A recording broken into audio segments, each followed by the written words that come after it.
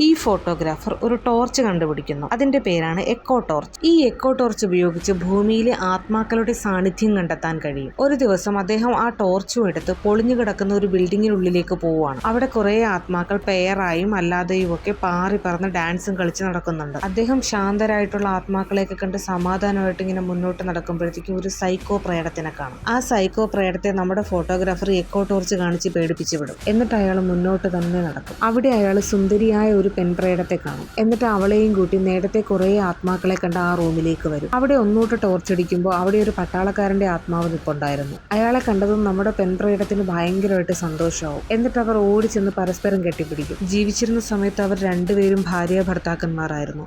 മാത്രമല്ല നമ്മുടെ ഫോട്ടോഗ്രാഫറുടെ അച്ഛനും അമ്മയും കൂടിയായിരുന്നു. പട്ടാളക്കാരനായ അച്ഛൻ യുദ്ധത്തിൽ മരിക്കുകയും അമ്മ അച്ഛനെ പിരിഞ്ഞ വേദനയിൽ നീറി മരിക്കുകയും ചെയ്യും. അവരുടെ ആത്മാക്കളെയെങ്കിലും പരസ്പരം ഒന്നിപ്പിക്കാൻ വേണ്ടിയിട്ടാണ് നമ്മുടെ ഫോട്ടോഗ്രാഫർ ഇങ്ങനെ ഒരു ഡിവൈസ് കണ്ടുപിടിച്ചത്. നിങ്ങൾക്ക് നിങ്ങളുടെ അച്ഛനെയും അമ്മയെയും ഒരുപാട് ഇഷ്ടമാണെങ്കിൽ ഐ ലവ് മൈ പേരൻസ് എന്ന് കമന്റ് ചെയ്യണേ.